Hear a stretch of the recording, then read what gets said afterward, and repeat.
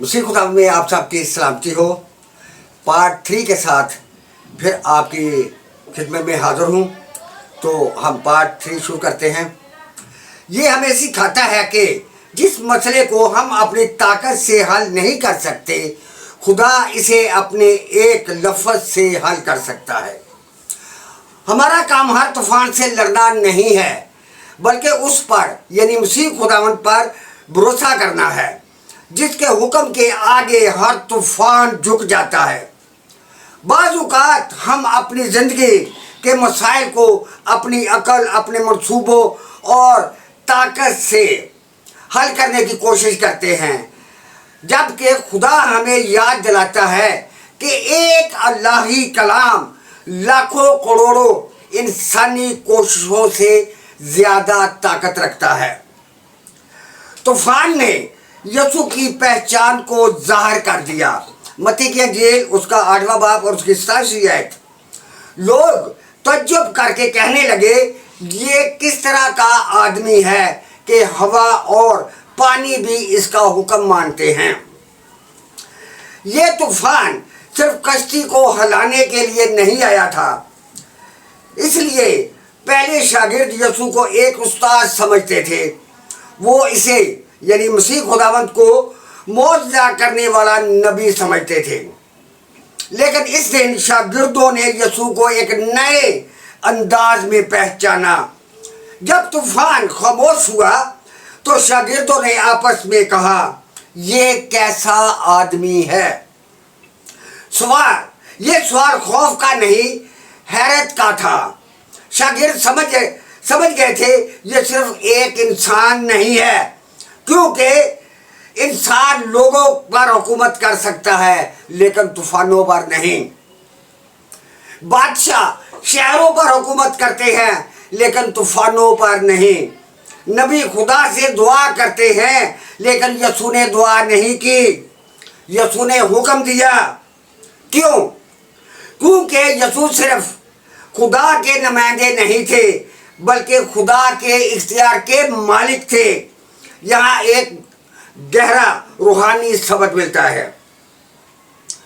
बाज़ औक़ात खुदा हमारी ज़िंदगी में तूफान इसलिए आने देता है ताकि हम उसकी कुदरत को उस अंदाज में पहचाने जिस अंदाज में सुकून के दिनों में कभी पहचान नहीं सकते थे। अगर तूफान ना आता तो शागिर्द कभी ना जानते कि इस कश्ती में बैठा हुआ शख्स समंदरों का मालिक है, हवाओं का मालिक है और तूफानों का मालिक है।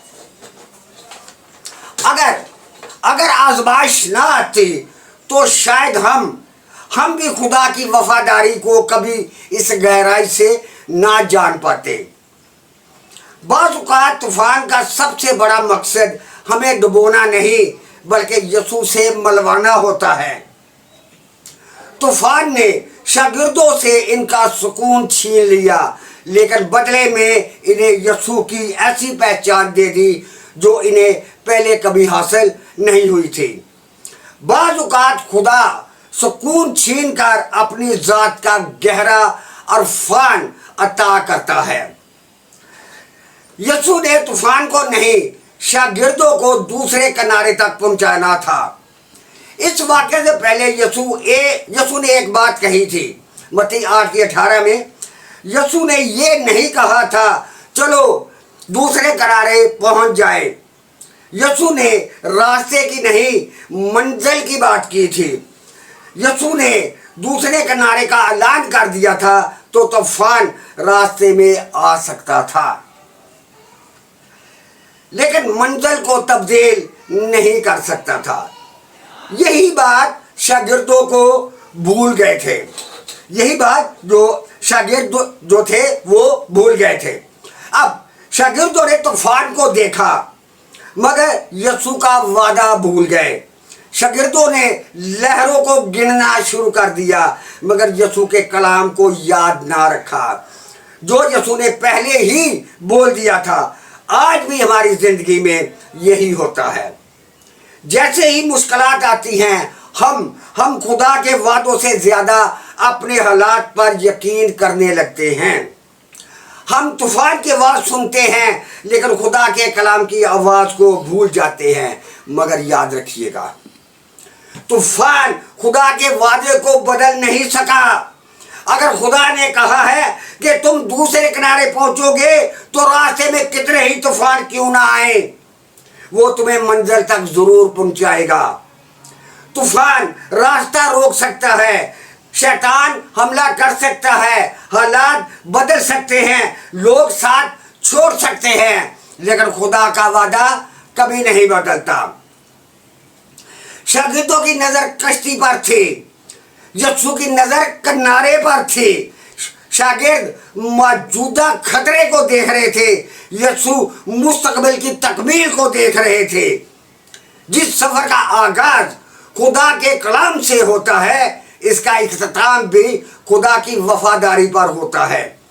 طوفان راستے میں آیا تھا, منزل پر نہیں, کیونکہ خدا کے وعدے اور تمہارے درمیان اگر کوئی چیز کھڑی بھی ہو جائے تو خدا کا کلام ہمیشہ طوفان سے بڑا ثابت ہوتا ہے. یہاں پر ہمارا تیسرا پوائنٹ اختتام کو پہنچتا ہے. خدا آپ کے ساتھ ہو.